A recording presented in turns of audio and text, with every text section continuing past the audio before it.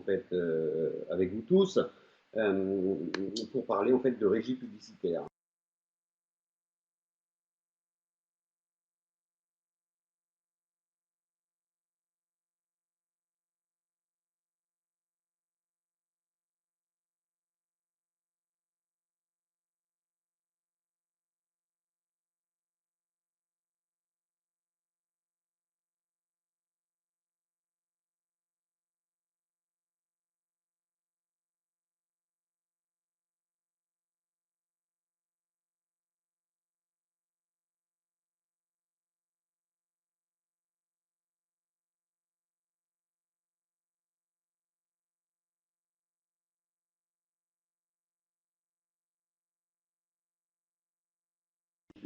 Est-ce que là, vous nous entendez? Est-ce que c'est Est-ce mieux que vous comme ça? m'entendez là? Ah oui, bah alors Ah, tu vas parler avec mon son. oui, c'est Vas-y. bon. C'est bon, on recommence. C'est parti. Tu Alors peux recommencer. du coup, on recommence. Désolé de ce petit souci technique. Donc, je disais tout simplement que c'était une première. J'étais enchanté d'être avec vous et que j'allais essayer de vous donner les premières pistes en fait pour monter une régie publicitaire et monétiser en fait vos différents flux, comme vous l'a dit Laure. Alors tout d'abord, une première slide qui est en préambule, c'est un petit peu qu'est-ce qu'une régie publicitaire. Une régie publicitaire, on entend souvent parler d'ailleurs de régie en fait d'un côté, on parle de régie technique, on parle de différentes régies. Qu'est-ce qu'une régie publicitaire? Eh bien, une régie publicitaire, c'est une entreprise qui met en relation des annonceurs d'un côté et d'autres entreprises qui mettent à disposition des espaces publicitaires pour valoriser leur audience. Le terme régie publicitaire, comme je dis, est neutre en termes de médias. On peut désigner une agence qui vend de l'espace publicitaire dans la presse, au cinéma, à la radio, à la télé, sur des panneaux d'affichage numériques, sur des lieux de vente, sur des sites web, voire sur des sacs à pain. Aujourd'hui, on peut tout vendre, on peut tout imaginer en matière de régie publicitaire. Alors, il y a des énormes régies publicitaires. Euh, on a cette image en fait de New York en fait sur cette slide. Aujourd'hui, pour aller vendre une publicité ou pour avoir une publicité Coca-Cola, eh ben, c'est pas si facile que ça. Donc, on a des régies publicitaires qui font des chiffres d'affaires monstrueux, des milliards en fait pour les plus grosses. Et puis, il y a des petites régies publicitaires en fait locales ou interrégionales. On parlera plutôt de celle-ci aujourd'hui. Alors, une régie publicitaire, elle peut être interne ou externe. Eh bien, qu'est-ce que ça veut dire? Elle est interne si soi-même, on va vendre les espaces publicitaires des médias que nous éditons ou des flux que nous générons. Qu'est-ce que ça veut dire? Ça veut dire que vous, office de tourisme par exemple, eh bien, vous pouvez vendre vous-même l'ensemble de vos espaces, vous transformer en commerciaux. Ou parce que vous n'avez pas le temps, ou parce que vous avez énormément d'espace à vendre, vous allez choisir en fait une régie publicitaire externe qui ne fera que ça, c'est son métier en fait, elle est apparentée à aucune entreprise qui édite, ben, elle n'est pas éditrice, mais elle connaît bien le milieu de la publicité, elle va vendre pour vous l'ensemble de vos supports. On va opposer aussi deux sortes de régies, les régies locales et les régies extra-locales. Une régie locale, en fait, va vendre, comme son nom l'indique, localement. Donc, on va s'adresser aux commerçants du coin ou à l'hôtel de la région. Et une régie extra-locale va aller chercher de la publicité plus loin que le local. En général, on parle de publicité nationale ou de publicité interrégionale. La publicité nationale, vous les connaissez tous, c'est Monsieur Volkswagen, c'est nos amis en fait d'Air France. Publicité interrégionale, eh bien, ce serait pour nous ici à Bordeaux le jambon de Bayonne ou les différents vins de la région. On est bien en fait sur une publicité interrégionale. Voilà. Bon, vous me poserez des questions en fait là-dessus pour vous dire en fait que simplement en matière d'office de tourisme, on peut prendre quelques exemples ici en région. Des gens comme Dax ou salut les amis de Dax, eux en fait vendent directement leur publicité et gagnent de l'argent avec leur support. Des gens comme Bordeaux, avec qui on travaille depuis une petite dizaine d'années, ont une régie externe, Media Tourist, qui va chercher en fait l'ensemble de leur chiffre d'affaires pour eux. Voilà deux exemples. Chacun, en fait, en fonction de ses demandes, peut choisir l'un ou l'autre, en sachant que dans le premier cas, la régie interne, il faut gérer soi-même en fait une équipe de commerciaux ou se transformer soi-même en commercial pour aller vendre ses espaces. Dans le deuxième cas, eh bien, on confie à quelqu'un en fait l'ensemble de ces espaces. Voilà. Ensuite, comment on peut savoir si on peut vendre et comment on peut vendre en fait ces espaces publicitaires. Il y a d'abord, on regarde ce qu'on a chez nous. Quel type de support en fait on peut mettre à la vente. Les plus connus en fait pour le tourisme et les plus porteurs, le plus porteur en fait c'est le plan de ville. C'est lui en fait qui tire en général le plus. On prend l'exemple de Bordeaux, on doit tirer 300 000 plans liasses plus 300 000, ça fait presque 600 000 plans en fait qui sont diffusés dans l'année. Là, il y a bon pour aller chercher un peu d'argent sur ce type de support. Le guide d'accueil, il est classique. Le guide d'animation, il sort plusieurs fois dans l'année. Le site internet, bien évidemment, c'est les supports en fait qui aujourd'hui prennent de plus en plus de valeur, qui vont se développer de plus en plus dans les prochaines années. L'affichage dynamique, vous l'avez tous ou presque tous, c'est un vrai support. Et pour d'autres, en fait, la billetterie. On vend de la publicité à l'arrière en fait du billet pour monter dans le petit train. C'est bien pratique si on veut se rendre dans la pizzeria juste après. Voilà. Ensuite, on évalue les types d'emplacements qu'on veut mettre à disposition. On parle d'emplacements préférentiels. Les emplacements préférentiels sont une deuxième de couverture, une quatrième de couverture, une double page intérieure. C'est des emplacements qu'on vend un petit peu plus cher. On en parlera un petit peu après avec le pricing. Ensuite, les emplacements classiques. La page, la demi-page, la bannière ou la home page. Ne partez pas dans des tout petits emplacements. Plus on a d'emplacements, plus c'est difficile à gérer. Préférez en fait prendre plus de temps avec un annonceur et lui vendre une belle page. On dit toujours en fait qu'on prend autant de temps pour vendre une page que pour vendre un quart de page. Donc à chiffre d'affaires supérieur, il vaut mieux vendre de la page. Voilà. Ensuite, on regarde les volumes, puisque c'est eux qui vont définir en fait notre prix. Donc, combien je distribue de guides, combien j'ai de visiteurs uniques sur mon site, et combien j'ai de visiteurs dans mon office. On va s'intéresser en fait à ces trois flux en fait. Les guides, c'est la partie papier, mais aussi donc les plans de ville sur cette partie-là. Les visiteurs uniques sur leur site, c'est bien Internet, donc qui nous intéresse de plus en plus. Et puis les visiteurs dans l'office, c'est pour l'affichage dynamique qu'on a dans les offices de tourisme. C'est bien ces trois supports en fait qui sont, à mon avis, pour les offices les plus faciles à vendre et à imaginer. Alors après, comment je vais valoriser l'ensemble de mes espaces? Alors c'est le fameux CPM. Laure adore, elle adore en fait parler de CPM. Vous pouvez lui poser toutes les questions que vous voulez sur le CPM. Et puis pour ne rien vous cacher, certains des gens qui ont travaillé chez nous sont rentrés et sont sortis sans toujours pouvoir calculer le CPM. Donc qu'est-ce qu'un CPM? Eh bien c'est un coût pour 1000. C'est un outil de mesure, tout simplement, pour pouvoir valoriser un support. Alors, le CPM est différent sur chaque support. Aujourd'hui, même si Internet représente une tendance lourde qui avance très très fort, c'est le support qui se vend le moins bien. Malheureusement, en fait, on vend moins bien sur Internet que sur un écran ou que dans la presse. Je m'explique. On prend un nombre d'exemplaires dans la presse. J'ai pris un exemple d'un tarif base à 20 000 exemplaires pour une simple page quadrille. C'est quoi une simple page quadrille?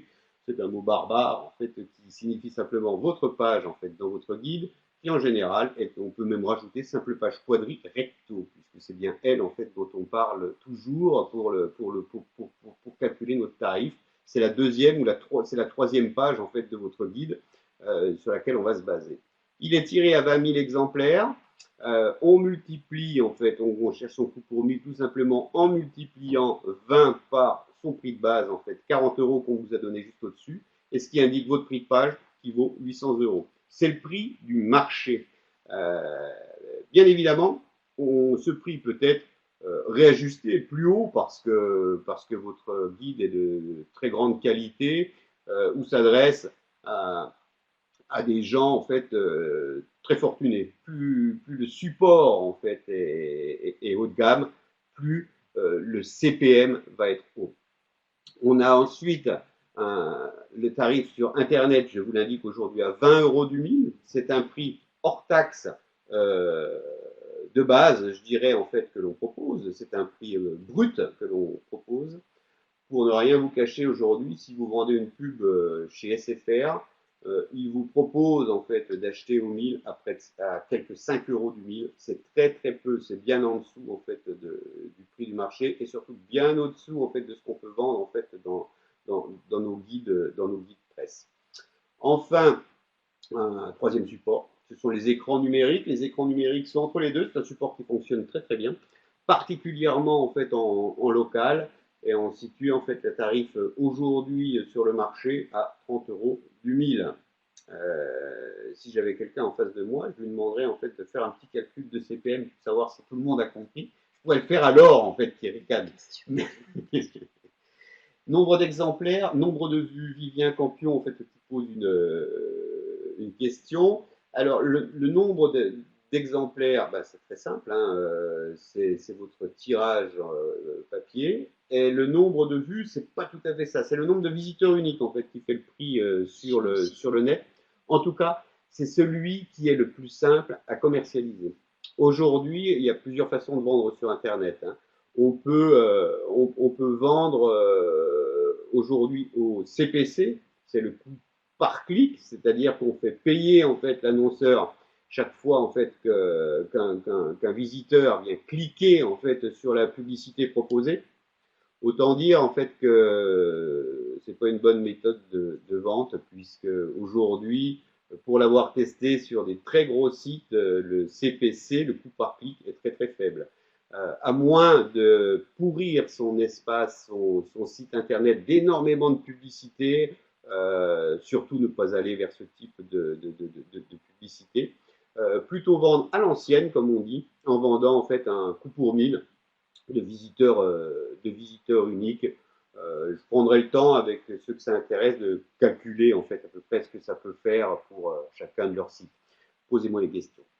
Voilà, dans ce pricing, en fait, juste dessous, on a aussi des précisions en fait qui interviennent. Donc, on a notre prix de base en fait qu'on a calculé. On peut reprendre notre tarif base de notre simple page Poidry à 800 euros. Derrière, on peut en fait, on peut appuyer sur différents boutons. C'est d'avoir un tarif local parce que vous allez proposer un tarif à vos annonceurs classiques que vous connaissez depuis longtemps, qui ont l'habitude en fait d'acheter chez vous, qui font d'autres choses avec vous, qui en général sont des adhérents en fait chez vous. Donc vous leur appliquez un tarif local et un tarif national. Pourquoi? Parce que si vous passez par une régie extérieure, elle va d'abord, vous prendre un peu d'argent en fait pour pouvoir vivre, hein, c'est le taux de commission de la régie, donc celui-ci va vous coûter. Et puis, au-delà de ça, en fait, un annonceur national va négocier beaucoup plus. Vous avez beaucoup plus de difficultés à aller vendre à Monsieur Heineken qu'à votre boucher du coin. Monsieur Heineken a l'habitude de négocier, donc il va énormément négocier son prix de vente, son prix d'achat, pardon. Et donc, il faut avoir deux tarifs. Ça se pratique, un tarif local et un tarif national. C'est tout à fait légal et la loi Sapin ne s'y oppose pas. C'est important, c'est législatif. Voilà. Ensuite, eh bien, on peut avoir en fait un pricing aussi à la fois par zone et par période. Donc, je m'entends, si nous, Régie, on va proposer en fait de nombreux sites internet, eh bien, certains vont être plus demandés que d'autres. Donc, je pense par exemple au littoral atlantique, qui est une région où on va pouvoir pratiquer un prix supérieur qu'au fond des terres en fait du Lot-et-Garonne. J'espère qu'il n'y a personne du Lot-et-Garonne ici. J'adore le Lot-et-Garonne. Ensuite, par période, bien évidemment, on peut vendre une publicité à un prix différent l'hiver que l'été. Combien de visiteurs à Dronebel au mois de janvier, combien de visiteurs à Dronebel au mois d'août? Il est évident en fait qu'il y a différentes périodes de commercialisation et qu'on les vend à des prix différents. On simplifie souvent les choses. Par exemple, pour les écrans d'accueil, pour avoir travaillé avec Saint-Émilion en ce moment, on vend une période été, une période hiver, en sachant que la période été commence dès les beaux jours, mai, juin, juillet, août, septembre, et la période hiver, en fait, dès l'automne. Même s'il y a des vendanges à Saint-Émilion. Voilà. On calcule ses prix de vente, on en a parlé, et on optimise en fait des tarifs. Pourquoi optimiser ces tarifs? Eh bien, si une personne vous prend à la fois en fait de l'internet, à la fois des écrans, à la fois de la presse, eh bien évidemment, vous n'allez pas lui faire un tarif brut. Vous allez lui faire une petite négoce sur le tarif brut. On pratique en général moins 5% chaque fois qu'on rajoute un support. J'achète Internet à 100%, j'achète des écrans moins 5%, j'achète de la presse, je vais avoir un total à moins 10%. Si on arrive à pratiquer ces tarifs à les tenir, comme on dit, puisqu'on dit tenir ces tarifs, c'est important pour un commercial. Voilà, ensuite il faut faire un petit jeu de Lego, il faut construire son média kit. Le média kit, c'est quoi? C'est cette petite page en fait qui va vous permettre d'aller chez l'annonceur et d'expliquer ce que vous lui vendez. Donc là-dessus, je vais vous en faire voir un tout de suite après si je le retrouve sur mon tableau. Qu'est-ce qu'on trouve là-dessus? On trouve un descriptif du produit, donc son tirage, je tire à 65 000 exemplaires. Comment je suis diffusé? Donc dans les offices de tourisme, dans les salons, chez les adhérents partenaires. Ça, c'est vachement important. La diffusion, en fait, quand on a un produit papier, il est très important en fait de dire aujourd'hui en fait à l'annonceur comment on est diffusé. On parle de mise en diffusion et de prise en main. On peut être encore plus précis que ça. Ce sont toujours en fait la polémique en fait sur un tirage et sur la mise en diffusion des supports. Donc là-dessus, il faut être très très très très clair avec vos annonceurs. Ils viendront vous embêter.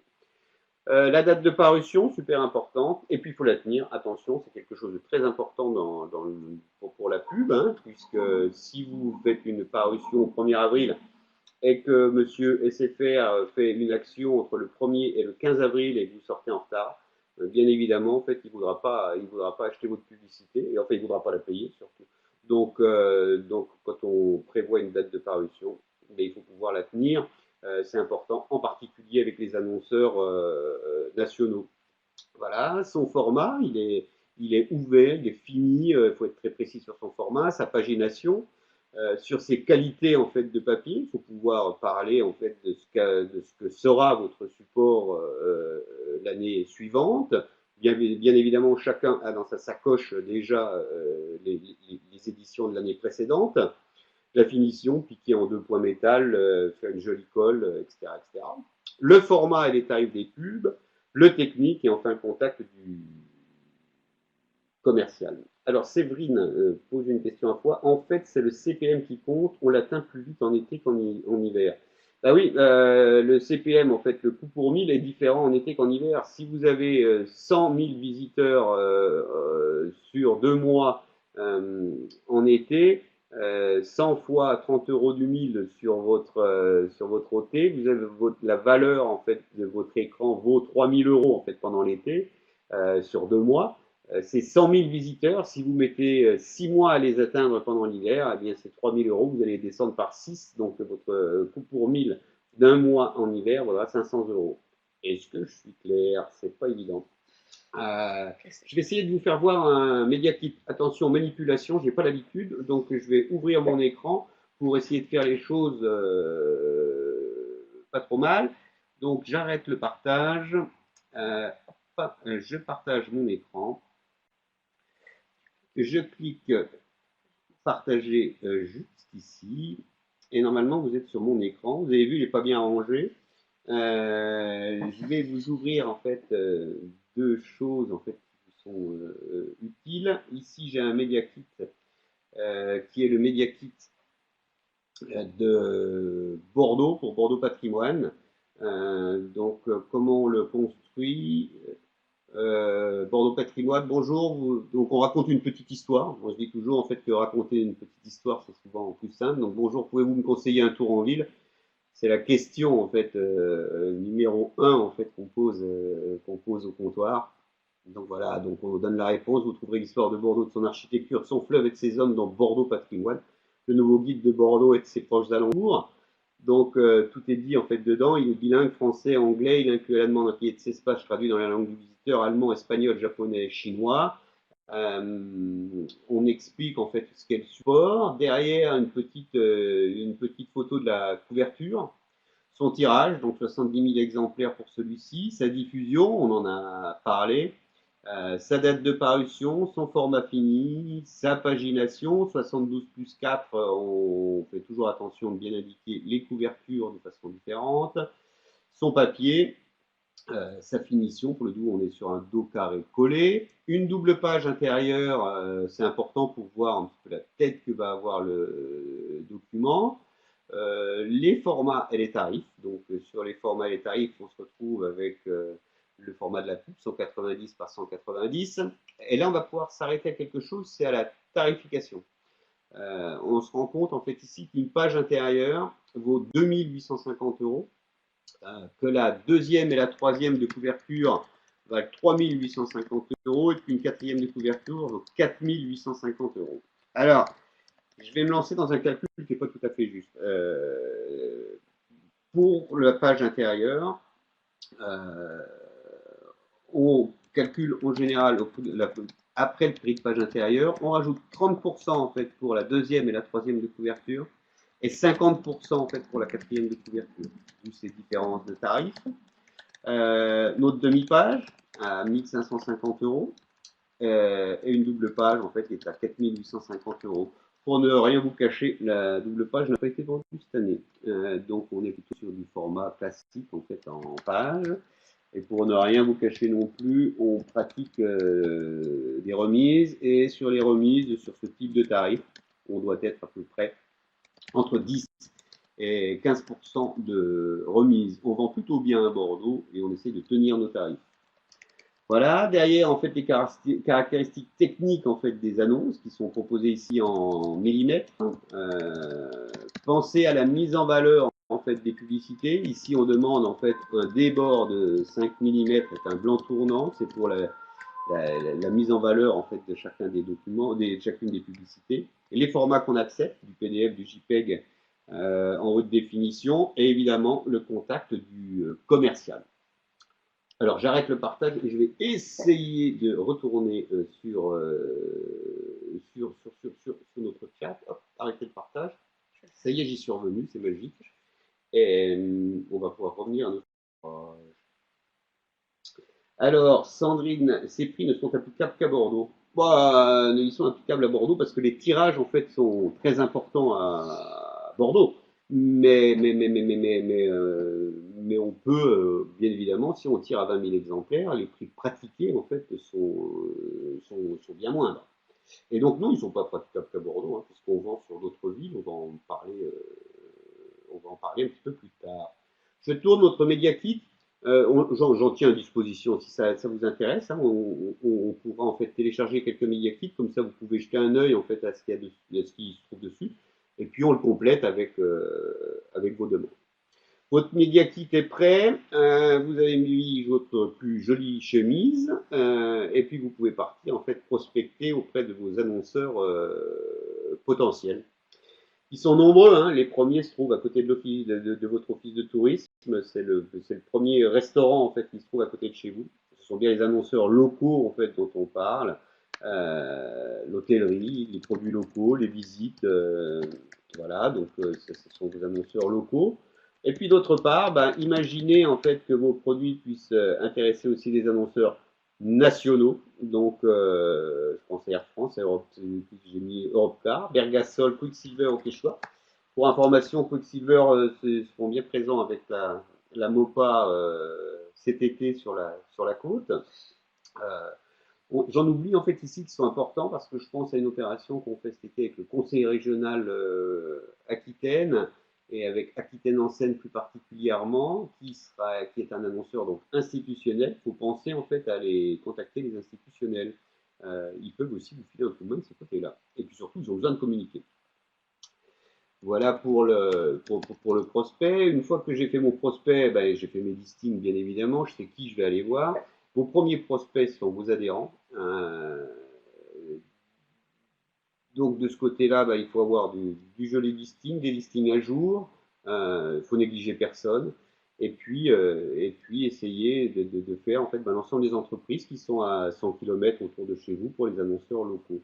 Si je vais une petite anecdote en fait, comment on différencie un annonceur local en fait d'un annonceur national, c'est très simple. Si vous prenez en fait Sud-Ouest, le journal Sud-Ouest aujourd'hui, vous allez vous rendre compte en fait que vous avez toutes les publicités qui ont une adresse en fait locale à Bordeaux sont des annonceurs locaux.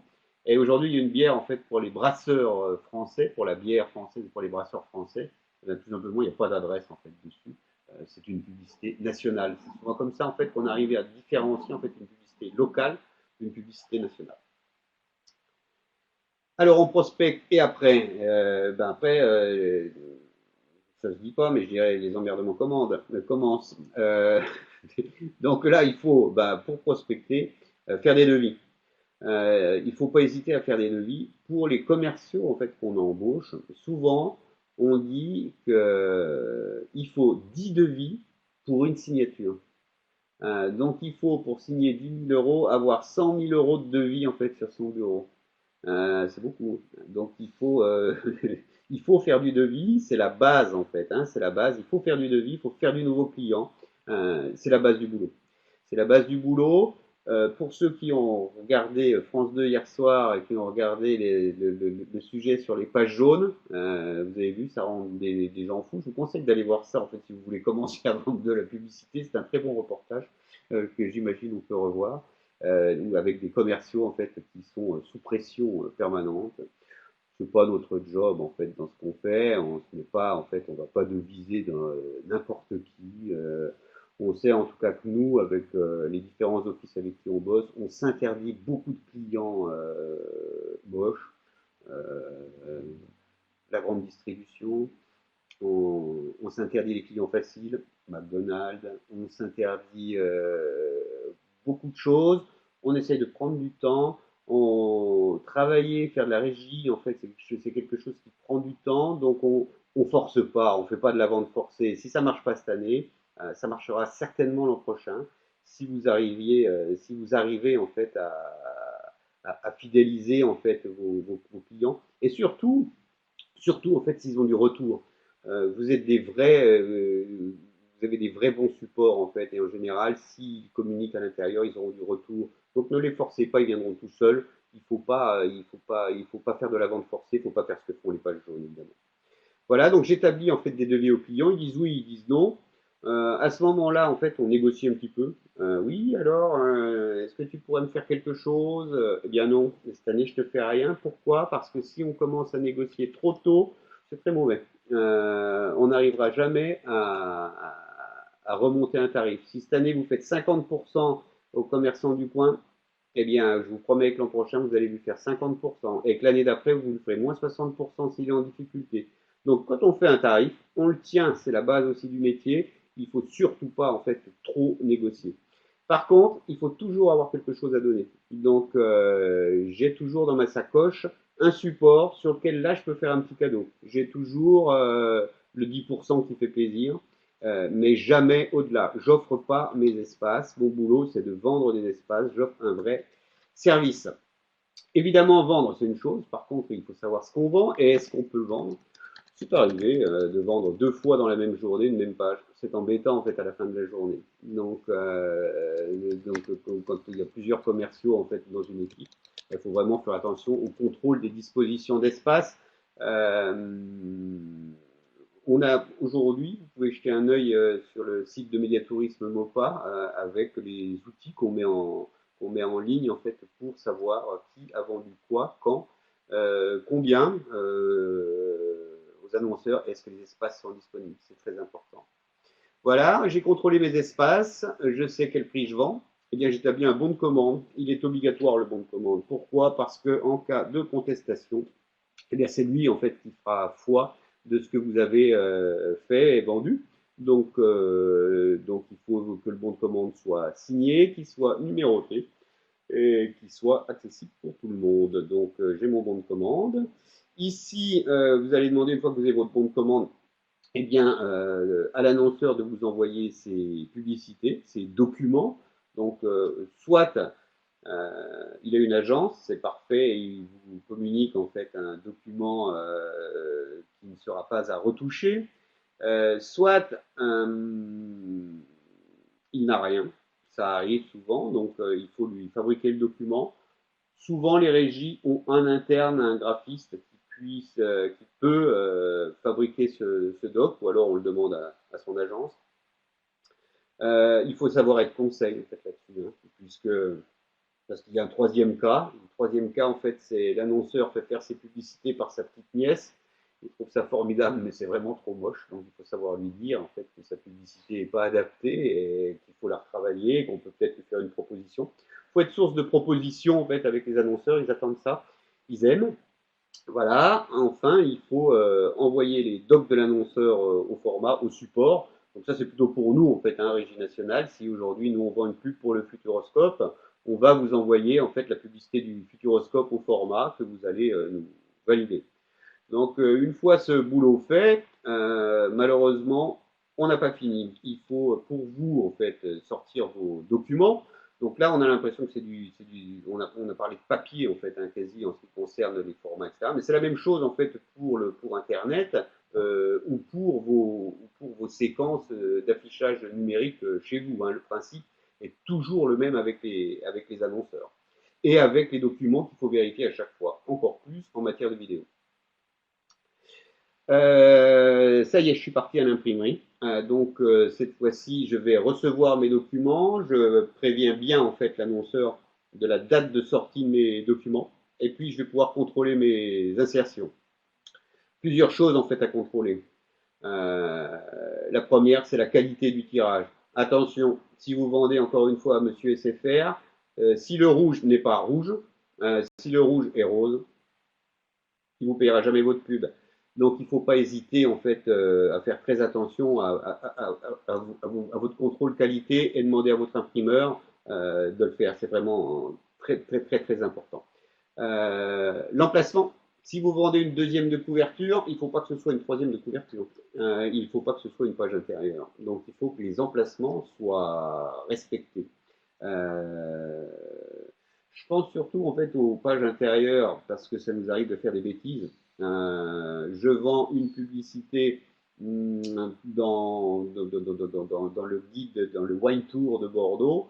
Je vends une publicité dans le Médoc à Château-Lanessan. Il veut être à côté en fait des pages Médoc. Il n'a pas envie de se retrouver au milieu des pages Saint-Émilion. Donc je fais bien attention en fait où je place mes publicités, c'est important. Je fais attention au tirage et à la diffusion. Ça veut dire quoi? Ça veut dire que je peux justifier de mon tirage et de ma diffusion. Donc, j'hésite pas à avoir en fait dans ma sacoche des factures d'impression, par exemple, qui servent toujours en fait de justificatif. Et puis, en ce qui concerne Internet, tous les mois, j'essaye en fait d'avoir des chiffres sur mes visiteurs, d'où ils viennent. Ils sont français, ils sont anglais, ils sont japonais. Et on veut savoir en fait d'où ils viennent. Plus on en sait en fait sur les lecteurs potentiels, eh bien plus les annonceurs sont contents puisqu'ils savent à qui ils s'adressent et plus ils vont pouvoir affiner leur publicité. Voilà. Et ensuite, qu'est-ce que mon timing est bon? Est-ce que je suis sorti à la bonne date? C'est important. Si j'ai un peu de retard, il vaut mieux prendre le téléphone et dire j'ai quelques jours de retard. Sur un annuel, ça ne pèsera pas. Par contre, quelqu'un qui achète une publicité l'attend. C'est un petit peu comme si vous aviez commandé une voiture. Si on vous dit qu'on vous la livre en fait le 15 du mois et que vous la recevez le 30, dans la vie d'une voiture, c'est pas grand-chose. Par contre, au moment de l'acte d'achat, c'est très important. Donc, il faut être à l'heure en fait quand on fournit un document. Voilà, je fais un petit bilan de la campagne à mon annonceur. Sur les nombres d'exemplaires, sur les dates de sortie, sur le nombre d'affichages ou le nombre de visiteurs. Et puis, alors il y a la partie qui peut sembler être la plus intéressante et la plus drôle, mais je vous promets que non. C'est facturation et encaissement. Vendre de la publicité, c'est bien. Encaisser l'argent de cette publicité, c'est beaucoup mieux. Donc, je fais attention à ne pas avoir trop d'argent dehors. Euh, je donne toujours sur ma facture en fait la référence du bon de commande et j'essaye de me faire payer dans les 45 jours qui suivent ma parution. Donc, je facture très très tôt avec mon justificatif. Si tout ça s'est bien passé et si vous avez bien suivi ce petit PowerPoint, la prochaine fois qu'on se voit, je suis sûr que vous aurez envie de monter une régie publicitaire. Et si vous avez besoin de conseils, eh bien c'est avec grand plaisir qu'on sera là pour vous en donner. Voilà, bah, j'espère que ça vous intéresse, pour vous dire en tout cas que nous on prend grand plaisir à faire ce métier-là et qu'il y a mille choses à faire en matière de régie publicitaire et qu'on serait prêt à vous y aider. À Merci bientôt. Christian. Donc on va regarder, il y a quelques questions qui ont été posées, auxquelles on n'a pas répondu. Certaines ont été répondues en direct. Alors, Lucas du Grand Villeneuvois te demande du coup combien de temps peut prendre la prospection. Euh, je- Ça dépend en fait du nombre, ça dépend du volume en fait, hein, ça dépend de ce qu'on va chercher. Un commercial. Bah, alors, on a parlé tout à l'heure des pages jaunes, c'est drôle, mais vous avez vu, si vous avez noté en fait dans ce qu'ils faisaient en fait sur les pages jaunes, c'est des tout petits encarts, hein, puisqu'ils vendent très peu cher. Ils font 200 000 euros par an, c'est pas beaucoup, hein. Moi, notre commercial ici fait presque, Martine fait presque 500 000 euros de chiffre d'affaires toute seule. Donc, on peut se dire en tout cas que pour quelqu'un dont c'est pas tout à fait le métier et sur des emplacements assez intéressants, vous pouvez faire 20 000 euros en fait sur un mois. Hein, ça fait 1000 euros ça fait 1000 euros par jour.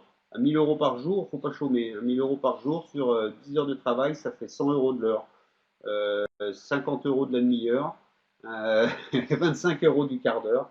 Et voilà. Là, j'ai presque perdu 12,50 euros à vous causer. Non, mais il faut se dire à peu près ça. 1000 euros par jour pour quelqu'un qui sait qui vend, c'est bien en fait. Hein. Donc, si vous devez aller chercher 20 000 euros, il faut un mois. Ok. L'autre tourisme nous demande la prospection est possible par téléphone et par le biais de rendez-vous. Lequel est le mieux? Bon, le rendez-vous, bien évidemment. Aujourd'hui, trop de commerciaux restent posés sur leur chaise et envoient des mails et prennent le téléphone en pensant faire le boulot. Ça ne marche pas comme ça, en fait. Hein. C'est une relation de confiance, le commercial. Il faut prendre son vélo, son auto, sa moto, il faut aller voir les gens, il faut serrer des pognes, il faut vendre le produit, il faut mouiller la chemise, il faut aller voir les gens, ça se passe, il faut aller signer, donc ça sert à rien de passer son temps au téléphone, il faut rencontrer les gens, il faut proposer le produit, il faut aller signer. D'accord. Joël de Seignos nous dit en tant que régie externe, comment êtes-vous rémunéré par l'OT pour lequel vous travaillez? Eh bien, c'est toujours à peu près les mêmes tarifications. En gros, c'est 40%. Donc, si on vend aujourd'hui 1000 euros de publicité, 60% vont aller à l'OT, 40% vont rester à la régie, et à la régie et à la MOPA, si c'est dans le cadre en fait d'un accord régie MOPA. Merci Christian. Christine nous demande, question purement juridique. Alors je ne sais pas si on va pouvoir y répondre. Notre office de tourisme est un SPA, service public administratif. Doit-on passer par une procédure d'appel par un service marché de notre collectivité Euh, pour faire appel à, j'imagine, à une régie externe? Et ça dépend en fait du volume que vous allez chercher. Voilà. C'est toujours pareil. Si vous allez chercher en fait sur un support, alors après, je sais pas, alors moi je suis pas très au fait en fait des appels d'offres, mais je crois que c'est 15 000 euros si, Ouais, je de crois. mémoire que vous êtes en obligation. Euh, Si vous allez chercher en fait sur un support plus de 15 000 15 euros, 000 euros. il va falloir en fait faire un appel d'offres, logiquement. Par contre, si vous êtes au-dessous en fait de chiffres, c'est pas la peine en fait de faire un appel d'offres. Donc sur votre support, sur votre guide d'accueil, est-ce que vous faites un chiffre d'affaires supérieur à 15 000 euros ou pas? Ça va être ça la question. D'accord. Et une autre question, l'autre tourisme demande, peut-on demander des acomptes? C'est mieux. C'est mieux puisque le processus de régie est long. Aujourd'hui, si je vends une publicité au mois, je prends l'exemple de Bordeaux, si je vends une publicité au mois de septembre, le commercial vend une publicité au mois de septembre, le support va sortir au mois de janvier, je vais envoyer ma facture elle va être prise en compte au 30 janvier et je vais être payé au 15 mars. Donc pour une publicité vendue au mois de septembre, je vais devoir attendre le 15 mars pour avoir le règlement complet de la publicité. Donc évidemment, il vaut mieux en fait prendre des acomptes. Pour info, c'est de plus en plus difficile de prendre des acomptes et on ne prend pas en fait d'acompte en général chez les très grands annonceurs.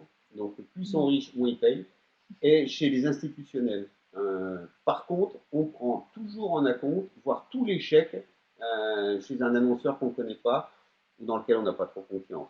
Le gars qui vient juste de monter un resto, qui s'emballe un peu, qui va tout de suite de la publicité, ben, je lui demande 3 chèques en fait, que je pose à des dates différentes, mais je suis sûr en fait d'avoir les 3 chèques dans ma poche. C'est plus simple. D'accord. Sandrine nous dit d'ailleurs, en général, nous demandons le paiement total avant. Donc, a priori, il y a des offices qui demandent le total avant. Alors ça, c'est parfait en fait. Hein. Si vous payez complètement avant, c'est très bien. Christine demande, peut-on avoir des exemples de documents en régie externe pour voir ce que cela donne?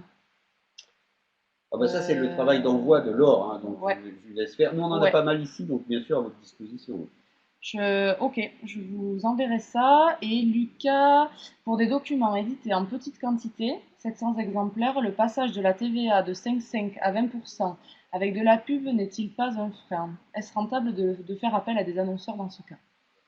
Ah, 700 exemplaires. 7000. 7000. Ah, 7000 exemplaires. Bah, 7000 exemplaires, encore une fois, on va calculer votre prix de page. Hein. 7000 exemplaires sur le marché, la page, elle vaut 280 euros. Donc 280 euros, c'est pas la peine en fait d'aller vendre. Est-ce que, enfin, Si, il faut vendre en interne, hein, 280 euros, faut s'en priver. Et puis surtout, c'est des petites quantités, on peut peut-être en monter un local? petit peu le prix, on monte en local, ça vous fait une Ouais. page à 500 euros.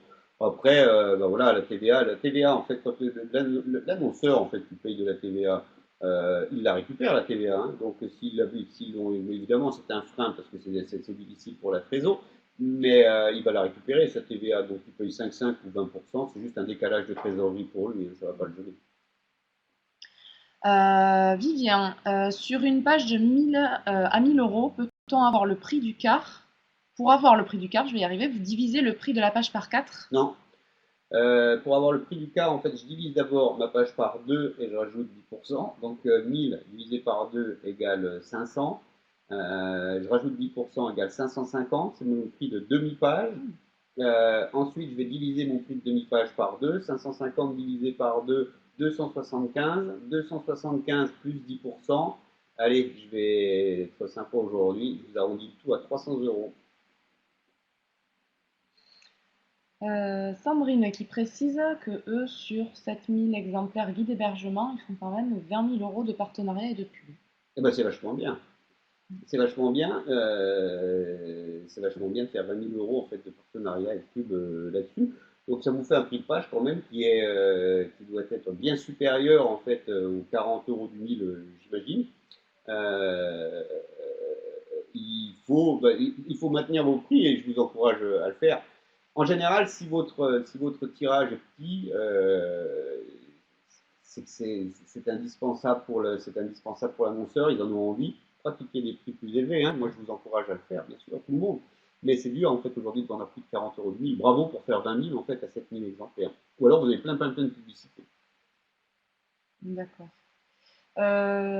L'autre tourisme qui demande si tu peux répéter le calcul du quart. Alors, le calcul d'ICAR, vous prenez votre page, la page elle vaut 1000 euros. Vous allez d'abord calculer en fait votre demi-page. Donc pour calculer votre demi-page, vous faites 1000 euros divisé par 2, 500 euros, et vous rajoutez 10%, 550 euros. Votre demi-page vaut 550 euros. Votre quart de page vaut le prix de votre demi-page, 550 euros divisé par 2, 275 euros, plus 10%. 275 plus 27,5 égale 302,5 si je ne me trompe pas. qu'on arrondit à 300. Voilà, tout simplement, on rajoute 10% à chaque fois. Est-ce que c'est bon? Sandrine précise, un quart de page, 190 € pour eux, du coup. Ah oui, ben voilà. Elle est dans le marché, puisqu'on s'était dit, on s'était dit quoi tout à l'heure, qu'il y avait C'était 7000 7000 exemplaires. exemplaires, ouais. Donc ça fait sa page à 280. Elle le vend très très bien son quart de page, hein. Son quart de page est hors de prix. Je ne vous prends pas de pub, Sandrine. Et si vous voulez venir travailler à Médiatouris, je vous embauche. Sabine qui dit, pourrons-nous avoir une liste des offices d'Aquitaine équipés d'un écran d'affichage qui propose le service Régipub? Écoute, oui, Il est sur le site, hein. il y a en fait les offices qui participent à la régie. Alors, juste pour préciser, donc avec Christian, on travaille sur un projet de régie pub interrégional, donc avec les offices de tourisme de Poitou-Charentes. On a à peu près 17 offices de tourisme et Christian va chercher des annonceurs au niveau interrégionaux ou nationaux, puisqu'avec tous les offices de tourisme, on groupe les offices de tourisme par PAC en fait, et il va avec les forces de frappe de ces offices de tourisme, que ce soit en termes de visiteurs physiques ou de visiteurs virtuels, il va chercher des annonceurs au niveau national ou régional, interrégional. Donc aujourd'hui, vous pouvez voir ça sur le site de la MOPA, enfin sur le site de la MOPA et à la fois sur le site de Médiatourisme. On va vous donner le lien pour Médiatourisme. Vous pouvez voir les PAC, les offices de tourisme qui sont regroupés par PAC, soit urbain, soit alors je sais plus exactement, Premium, premium, littoral. voilà, c'est ça, littoral. Vous avez plusieurs types. Et en fait, Sabine, tu peux voir sur ce site-là, tu peux voir les offices de tourisme qui proposent à la vente leurs écrans. Et en fait, pour le moment, on n'a pas encore vendu de publicité sur écran, puisque c'est très long à se mettre en œuvre. En fait, il faut attirer, comme disait Christian, il faut attirer le prospect, en fait, hein. Et c'est ça qui est bien le plus compliqué. Donc, on commence à faire des ventes. Et effectivement, vous avez, pour l'été, on va vendre sur les écrans des publicités d'Aquitaine en scène. Voilà, donc on a tous les éléments sur le site de la MOPA et sur le site de Médiatourisme, mais je peux vous envoyer d'autres éléments si vous le souhaitez. Et Christian demande, euh, tu as Vivien pardon, demande si tu as un bon confrère en Rhône-Alpes. Mmh. Non, on aimerait bien venir en Rhône-Alpes. Je suis au Savoyard, moi. Alors, ça me ferait plaisir, en fait, d'aller faire un petit tour en Rhône-Alpes. Non, mais il y a évidemment, il y a du monde, en fait, qui bosse en régie là-bas, en particulier autour des stations. Je peux retrouver ça, oui. En Rhône-Alpes et a priori également en Languedoc-Roussillon. En Languedoc-Roussillon, à Montpellier, je dois avoir ça aussi. Alors, je vais vous donner le lien du site de Médiatourisme. Et vous pouvez retrouver, voilà, c'est moi qui ai écrit sous Jean-Luc Boulin, hein, mais vous pouvez retrouver voilà, le site Médiatourisme avec les éléments. Alors il faut savoir que donc on travaille depuis plus d'1 an et demi sur ce projet. On a donc 17 ou 18 offices de tourisme, ou même 19, puisqu'on a 2-3 offices qui nous ont rejoints. Et donc on est vraiment en train d'essayer de mettre en œuvre ce projet-là.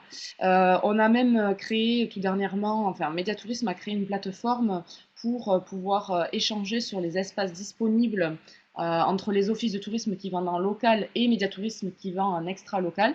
Donc toutes les informations sont sur ce site. Voilà, si vous avez des questions, vous n'hésitez pas à nous les poser. Vous me les posez à moi, je les transfère à Christian si besoin. Il n'y a aucun souci, on peut répondre à toutes vos questions. Si vous avez d'autres questions, Moi, je peux rajouter quelque chose. vas-y, je t'en Euh, prie. Simplement, on est en train de faire quelque chose d'intéressant avec Dax, qui a, comme vous le savez tous, son feria dans sa ville fin juillet, si je ne me trompe pas, la temporada. Et Dax, en fait, va être le premier à travailler en fait avec nous là-dessus. On va essayer de faire de l'échange d'espace entre les différents offices de tourisme. Je m'explique. J'ai mis en place en fait des tags sur mon site internet et sur mes écrans d'accueil. Bordeaux a une grosse manifestation qui est la fête du fleuve au mois fin mai. Nous allons échanger de l'espace. On va faire la promotion de la fête du fleuve à Dax pendant 15 jours. Et en contrepartie, Dax va faire la promotion en fait de la temporada ici à Bordeaux pendant 15 jours. C'est un échange de bons procédés entre deux offices de tourisme et qui mettent les deux villes en avant. Ça coûte rien à personne si ce n'est un peu de technique. Et ça nous semble en fait aujourd'hui intéressant de troquer notre espace entre différents offices de tourisme. Merci Christian. Joël qui demande, peux-tu revenir sur ma question TVA? Alors je remonte. Je l'ai peut-être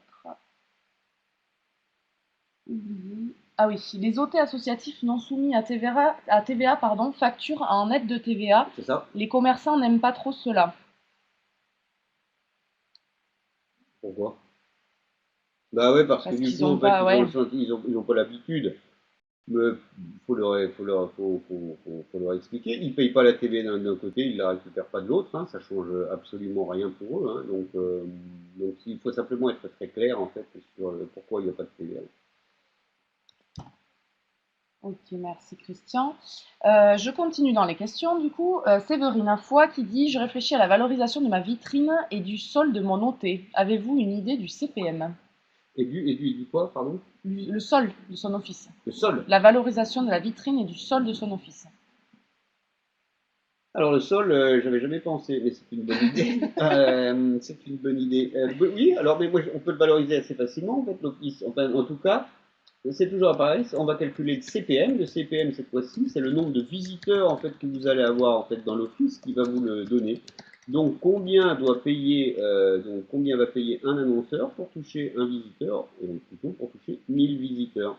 Donc combien vous avez en fait de visiteurs au mois de juillet à l'office et vous allez avoir en fait le prix, le prix le prix de votre du CPM qu'il faut appliquer.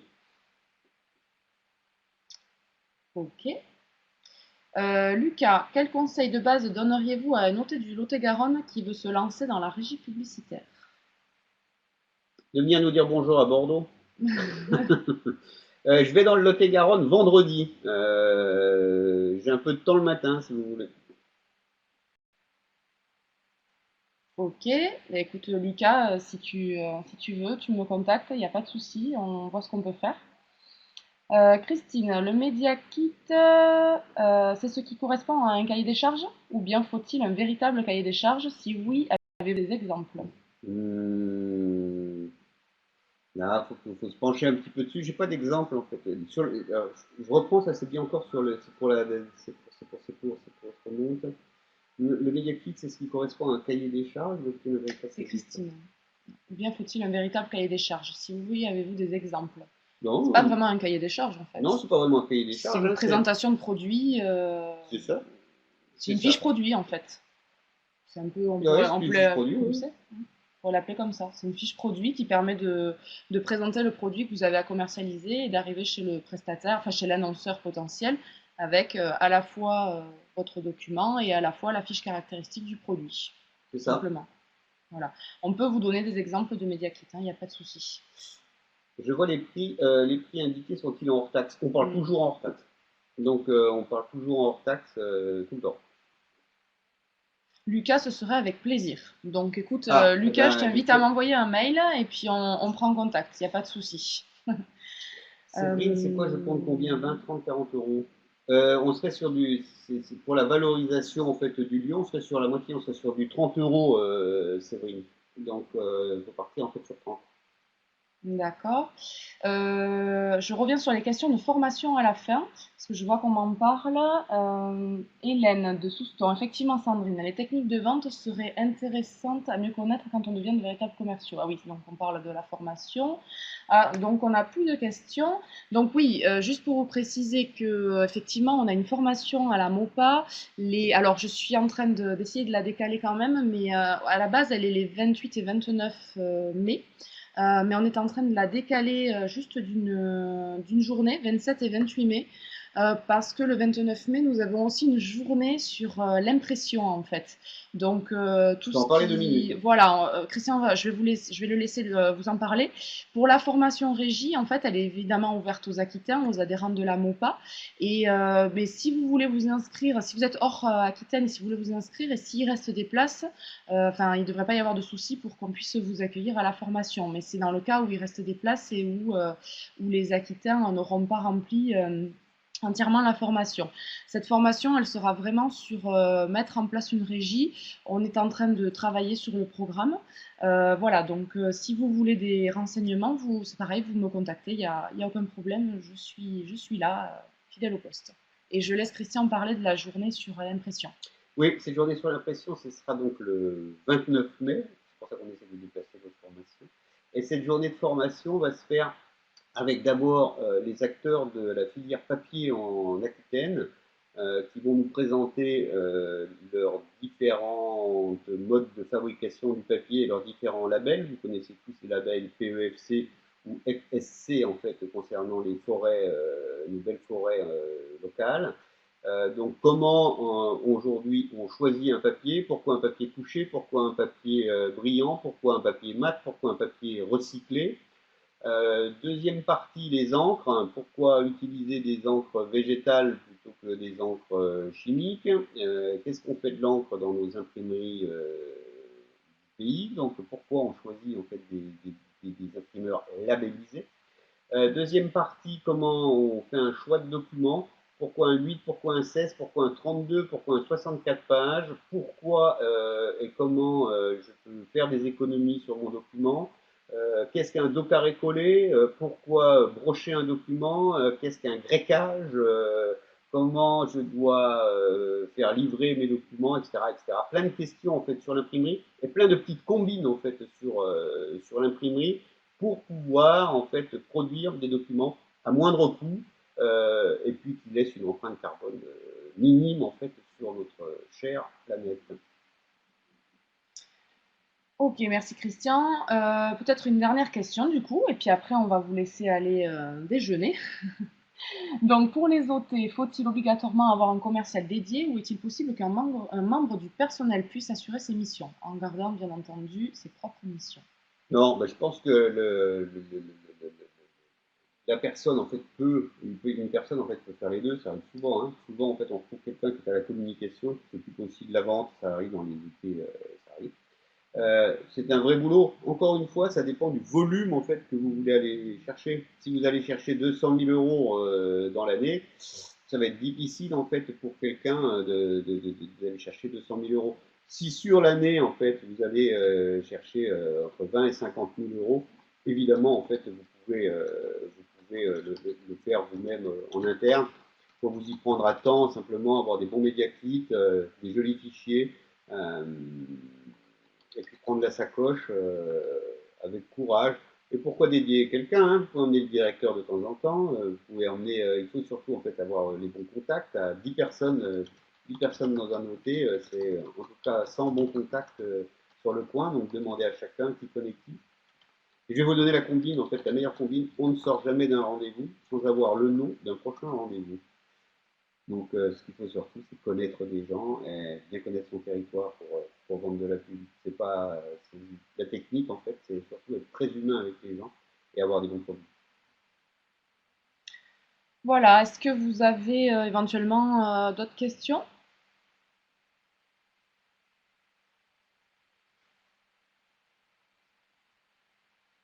Bon, écoutez, je pense que ça a l'air d'avoir répondu à vos attentes. Donc, écoutez, merci à vous pour avoir suivi cette intervention. Merci à Christian d'être intervenu. Merci Et à vous. puis, si vous avez des questions, vous n'hésitez surtout pas à nous contacter. Je vais vous envoyer les éléments, le PowerPoint, si vous voulez revoir le web séminaire pour, voilà, pour revoir certaines choses. Il n'y a pas de souci, je vous envoie ça également. Je vais vous mettre des exemples de MediaKit. Et voilà, n'hésitez pas à nous contacter. Merci, bon appétit! Bon appétit.